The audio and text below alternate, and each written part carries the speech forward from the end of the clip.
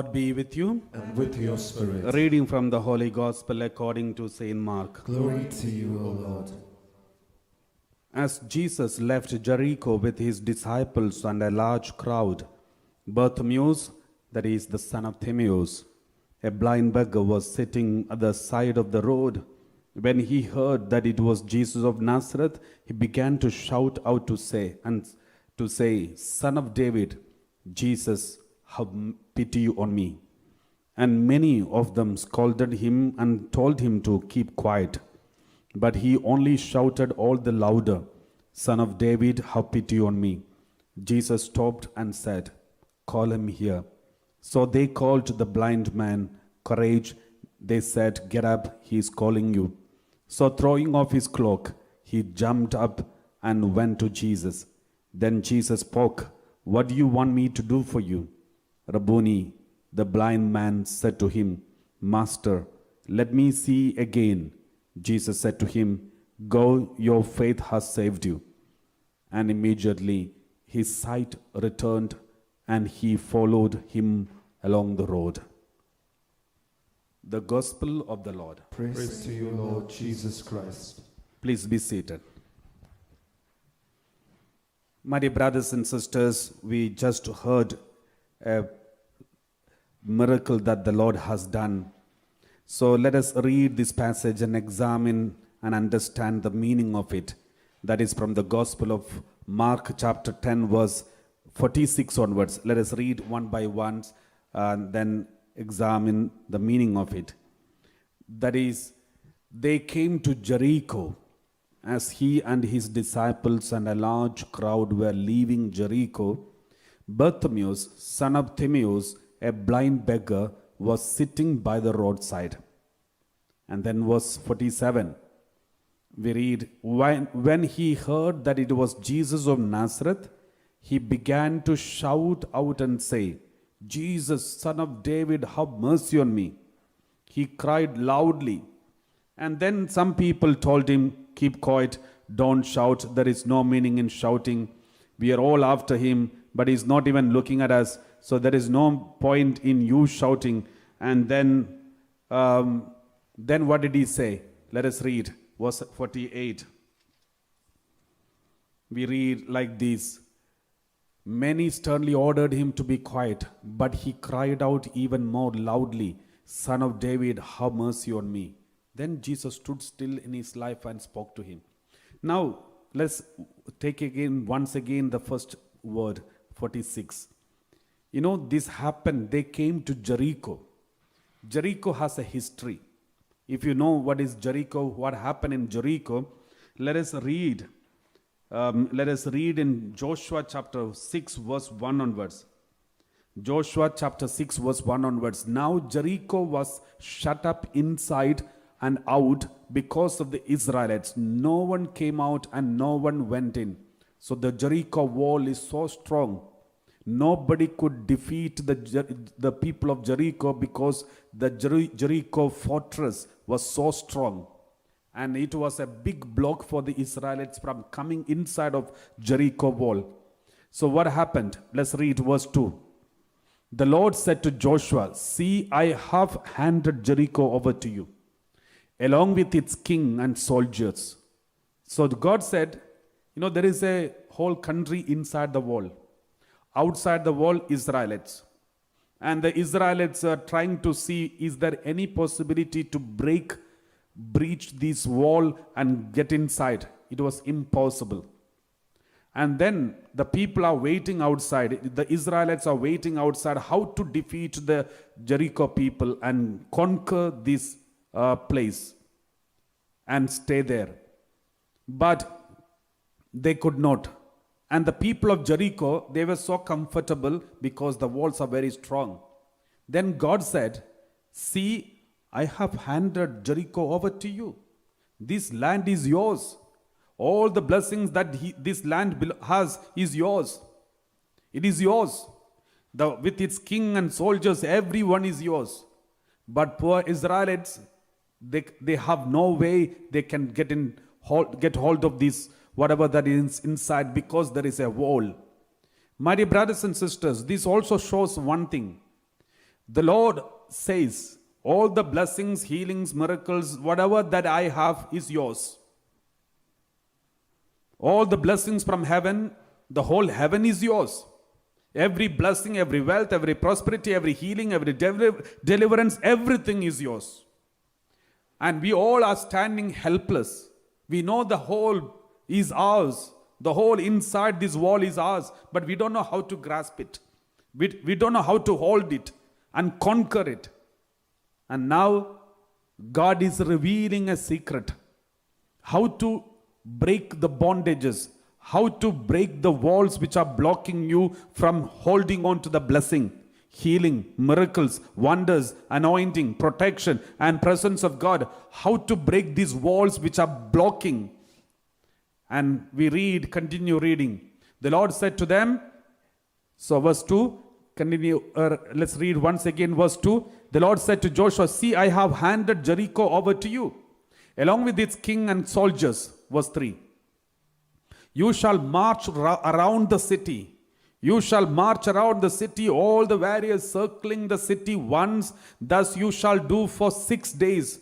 March around the city. Then verse 4. With 7 priests bearing 7 trumpets of ram's horns before the ark. The ark of the covenant should be there. Ark of the covenant is prefiguration of Mother Mary. Because in the ark of the covenant, there are 3 things. The staff of the Aaron, it is priesthood, Old Testament priesthood. In the New Testament, the new priest, that is Jesus.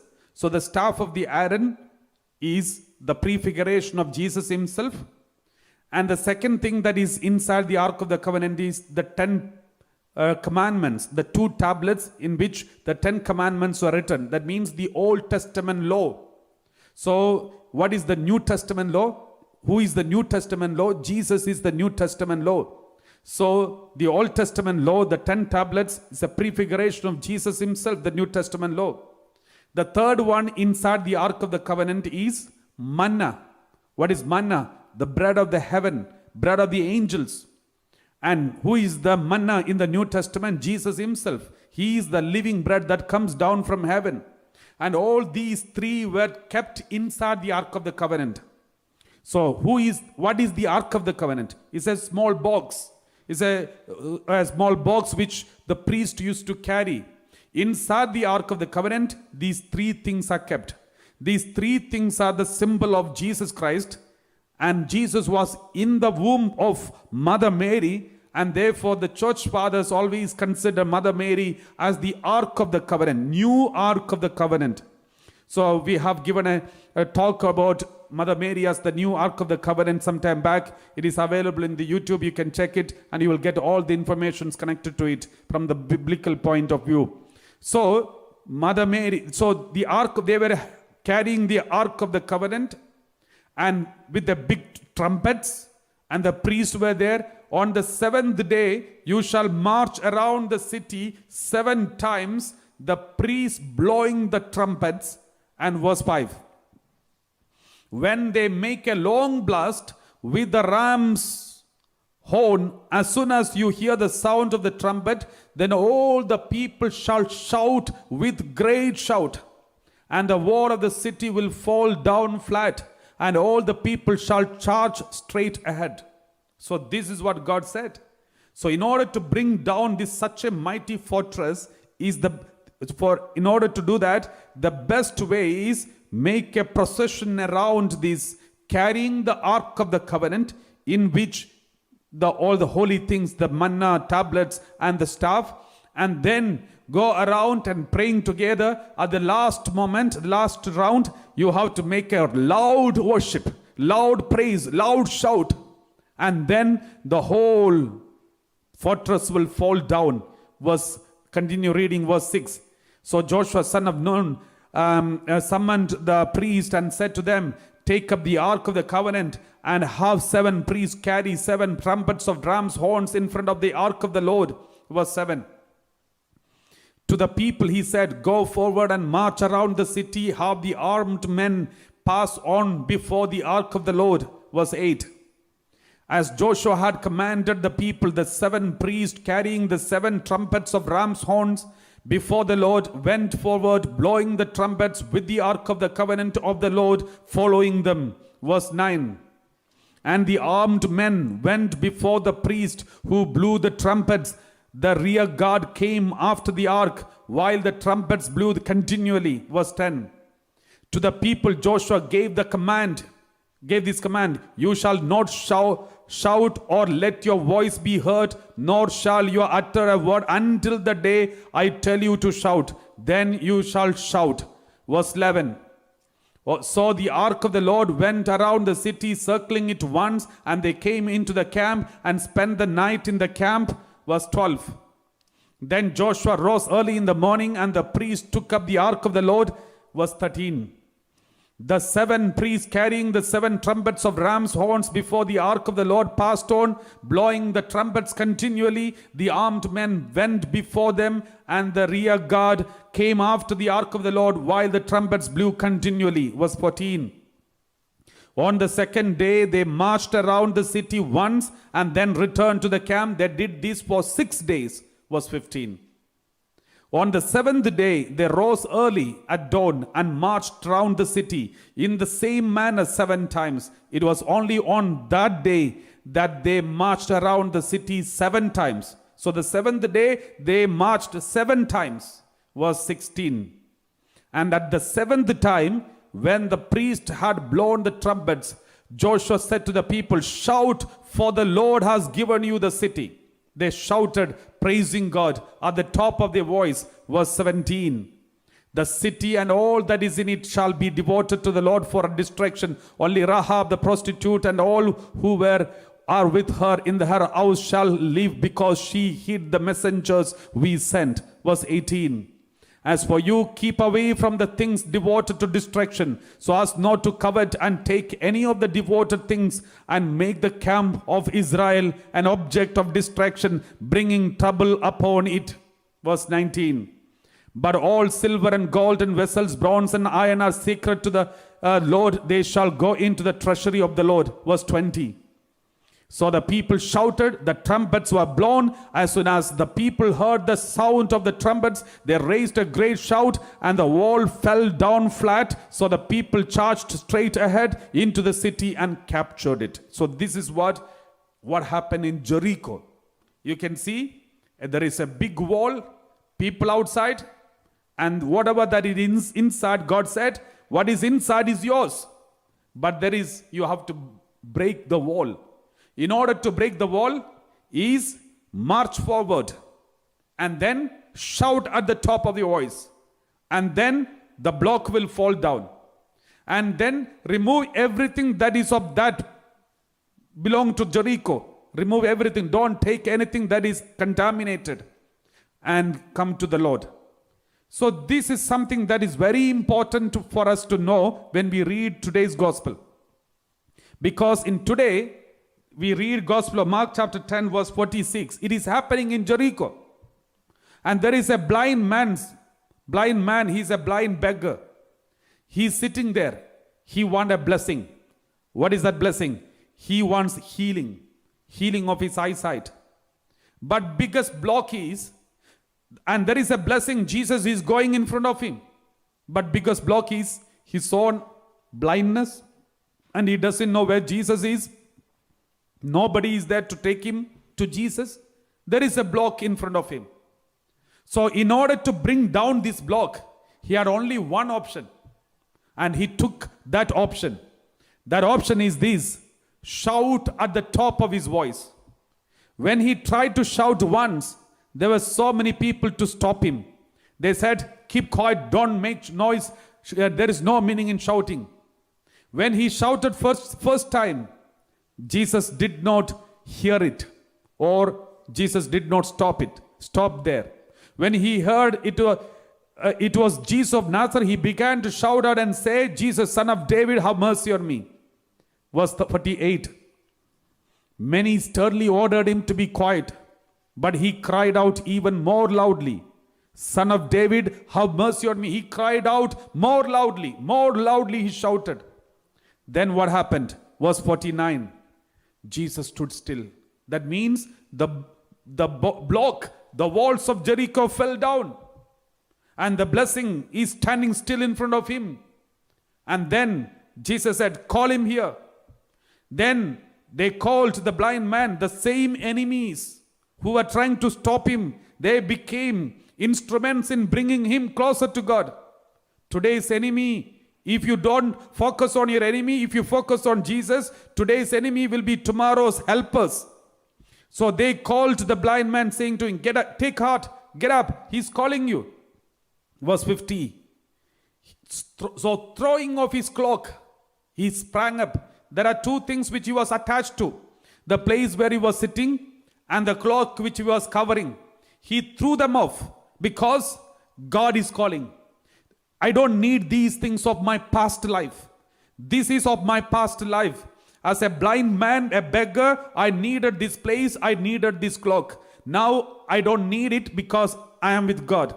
This is exactly what Joshua told the people: when you enter into Jericho, don't touch or take anything that belongs to that country, that place, and give away everything of that belongs to that Jericho.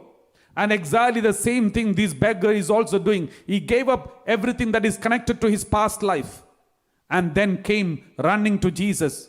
And then Jesus healed him, gave him the blessing which he deserves.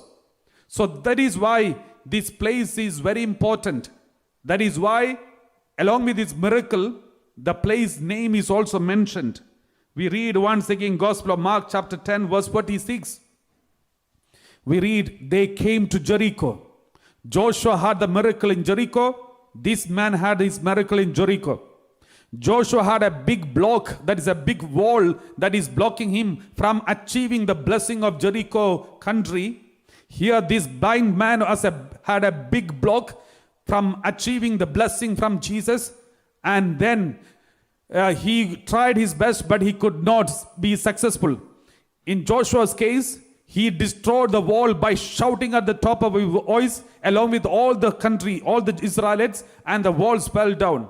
Here in this beggar's case, this blind man Bartimaeus shouted at the top of his voice, though there were so many people to stop him and block him, but he didn't listen to them. He shouted at the top of his voice, and then the walls fell down, and Jesus stood still in front of him and asked him, what do you want?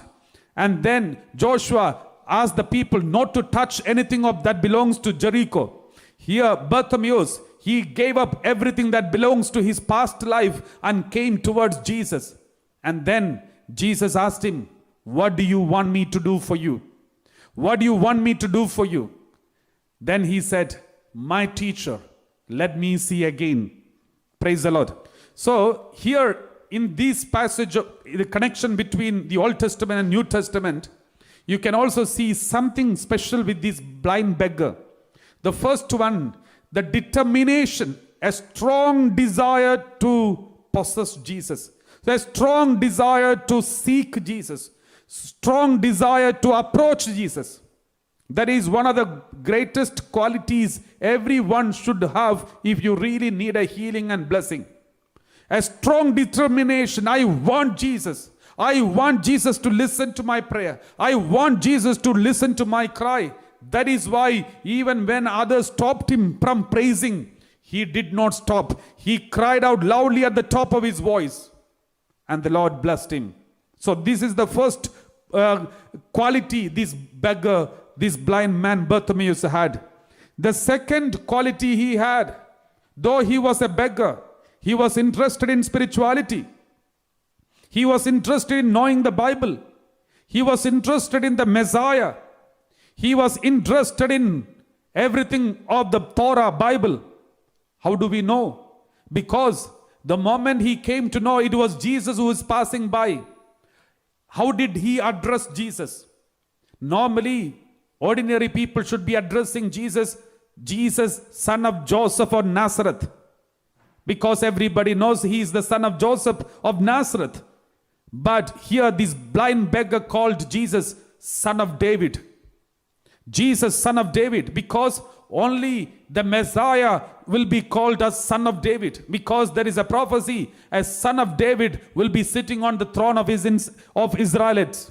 And this beggar, though he was blind, he had tried his best to know the Bible. Here we have both our eyes, but still we don't have time to read the Bible. There, one blind man, he can't see, but still he knew the Bible. He understood the Bible. He was waiting for the Messiah. No wonder the Messiah walked in front of him. Are you waiting for God? God will walk in front of you. Are you thirsting for God? God will search for you. God will come to you. In these last days of Bible reading, when we were interpreting Acts of the Apostle, we have seen many examples. When Lydia was praying secretly in Philippi, Macedonia, see, Holy Spirit was guiding Paul and his followers Holy Spirit stopped them from going to Asia, going to Bithynia, but Holy Spirit guided them slowly and made them to reach to Lydia and speak the gospel to Lydia, because Lydia was searching for God. Remember, God is diverting a group of apostles and lead them to an ordinary woman called Lydia and converting her because she was searching for God. If you are searching for God, God will walk in front of you. Though the whole world is there in front of God, God will make sure to walk in front of you because you are searching for God. Here, this Bartimaeus, who was a blind beggar, is insignificant. He's a sick man and he is a blind man and he is rejected by everyone as a beggar. But God did not reject anyone. Just because you are a beggar, just because you have some handicap or some problems, God will never abandon you. Even if the whole world abandons you, God considers you as precious and special, and God will come and walk in front of you, only to save you. This is something that we need to keep in our mind, my dear brothers and sisters. So this blind beggar was sitting there, and Jesus came walking in front of him. And then because he always searched Jesus, the Messiah. He knew who the Messiah is and how the Messiah should be called. And therefore he called Jesus Son of David. Praise the Lord. And the third quality he had when he was praying, he didn't pray, Jesus Son of David, heal me and give me eyesight. He did not pray like that. He had the humility to accept who he is. And he said, Jesus, Son of David, have mercy on me. The greatest prayer is not asking for healing, but asking for mercy. Because there is humility. We are saying the healing is not my right. I am unworthy to receive any healing because I'm a sinner. I only demand mercy, Lord. Only thirst for mercy, Lord. Nothing else. I don't want job. I don't want gift of child. I don't want any healing. I don't want prosperity. I don't want anything because I don't deserve it. But I only beg for mercy, Lord. Mercy, Lord. My dear brothers and sisters, in front of God, we have no right to demand anything. But because we are all sinners, we have committed so many terrible sins, and all our sins are hidden. At least God has covered it. If it was public, we can't even survive here on earth. But God protected us. God has covered all our sins. And now we have nothing to demand in front of God. Only one thing. Mercy, God. Mercy, Lord. Have mercy on us, Lord. If you cry for mercy, that is the greatest prayer. That is why divine mercy prayer is so powerful. Because we are only thirsting for one thing. The mercy of God. And he cried, Son of David, have mercy on me. He didn't demand any healing, but he only asked for mercy. Let us also start asking for mercy. Have mercy on that person who is sick. Have mercy on me who is going through turmoil. Have mercy on my wife, my husband, my children. We should pray for mercy. The Lord's blessing will come. This beggar knew the right prayer, and the walls of Jericho fell down in front of him. And then the fourth quality of this man, the fourth quality is he submitted himself in front of Jesus as a disciple. That is why he called Jesus, instead of calling him Jesus of Nazareth, he said teacher. We read like this, verse 52, we read like this. The word of God says, teacher. Okay, verse 51. Then Jesus said to him, what do you want me to do for you? The blind man said to him, my teacher. He accepted Jesus as his master. And he became his disciple suddenly. And he was waiting for the Messiah to be a disciple. And as soon as he saw the Messiah, he became a disciple. My teacher, let me see again. All these days I was in darkness. If you are there in my life, I will see everything clearly. My dear brothers and sisters, this is exactly what we also need. With our ability, with our capacity, with our intellect, with our understanding, our knowledge, all the studies we have, all the degrees we have, we all are seeing only darkness. We were all in darkness. Unless Jesus comes in our life as our master and teacher, we cannot see everything clearly. When he accepted Jesus as his master, he was able to see everything clearly, my dear brothers and sisters. And this is the fourth quality. And the fifth one, we read like this. He followed Jesus on his way.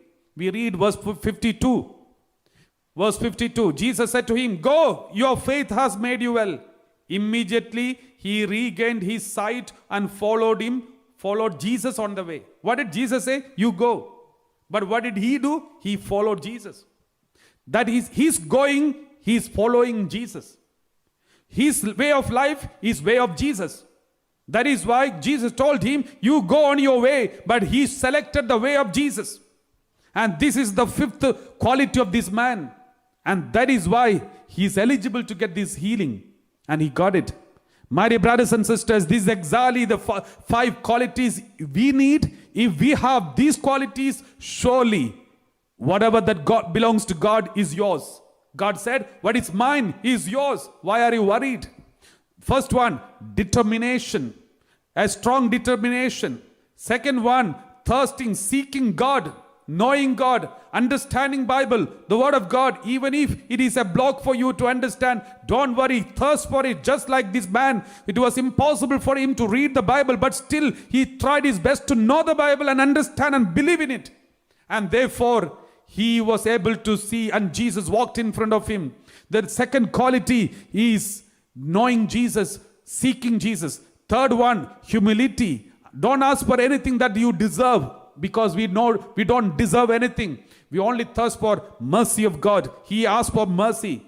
And fourth one, he accepted Jesus as his master. And the fifth one, his way of life is the way of life of Jesus. Way of Jesus. His way of life is the way of Jesus. Therefore, if you have these five qualities, remember, you will be blessed. You will be healed. And this is the secret to receive the healing. Let us close our eyes and pray.